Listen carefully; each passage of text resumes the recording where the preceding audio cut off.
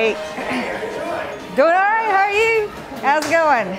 Awesome. Awesome. Good to see you. So like a lamb? Like a lamb. Okay. Okay. So I'm Julie Powell, and the title of my book is Cleaving, a story of marriage, meat, and obsession. And it chronicles a period in my life when I was going through a pretty dark period in my marriage with my husband Eric, and turned, oddly enough, I guess, to butchery. There it is.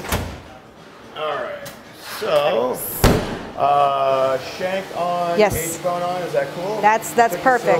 Yeah, thank you. Thank you for that. that. No, this is perfect. All right. This is going to be great. All right. I've always been a person who turns in times of stress to big projects and challenges. The Julie and Julia project happened when I was feeling very stuck at the age of 29. And so, you know, when I was struggling with my husband, I had this need to throw myself into something.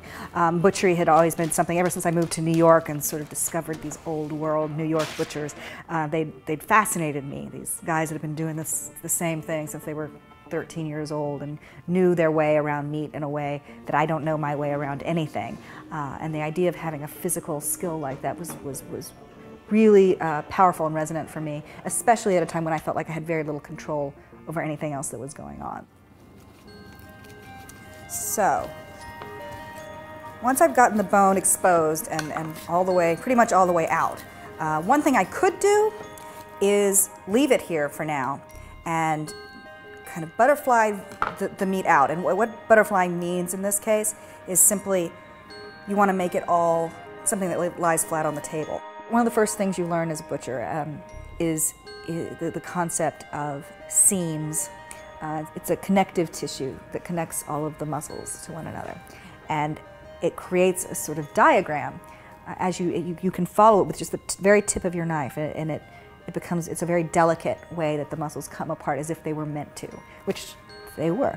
And the one thing that I found, you know, immediately is how delicate it is. I think a lot of male butchers, you know, the weekend warrior butchers want to, it's violent, I'm, you know, dominating this piece of meat and I'm killing it and I'm hacking it. To me, it's about almost, this sounds corny, but almost communicating with the meat and discovering what it is.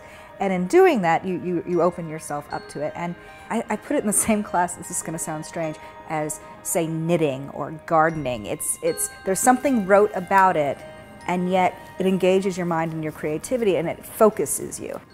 You know, from the beginning, part of my fascination with butchery is that you are taking a dead animal. You're taking a dead animal, and that's something that has been killed.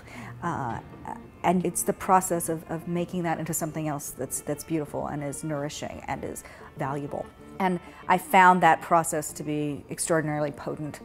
Metaphorically, from the beginning, I was questioning my marriage, something that was so central to my life. It became very evident to me that I was, in butchering the meat, I was thinking about my choices and how Eric and I fit together and how we didn't, how our relationship is a process, and that it's painful and it does require cutting and cleaving and hurting, but that is a process that's valid.